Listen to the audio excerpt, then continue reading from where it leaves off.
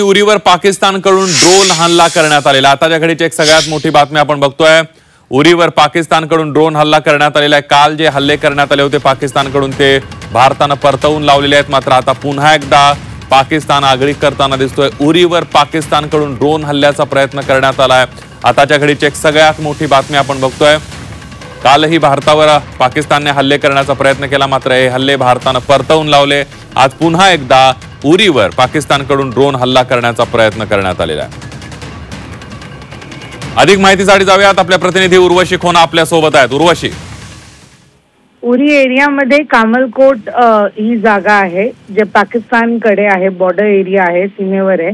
तिथे हा drone attack झाला आहे आणि तिथे आपल्याला कसं कळालं तर एक तिकडचे जे लोकल्स आहेत त्यांनी हा व्हिडिओ बनवला आणि कळाला आहे।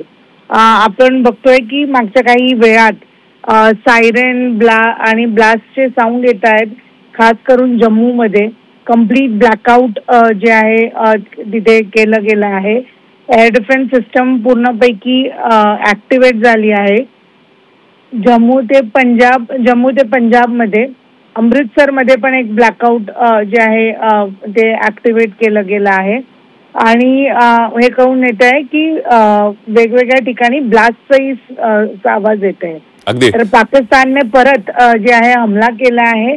आता भारत कशा प्रकारे उत्तर देईन तेही बघेन। काहीच वेळापूर्वी आपण बघितलेलं पंतप्रधान उर्वशी, धन्यवाद दिलेल्या सविस्तर माहितीबद्दल।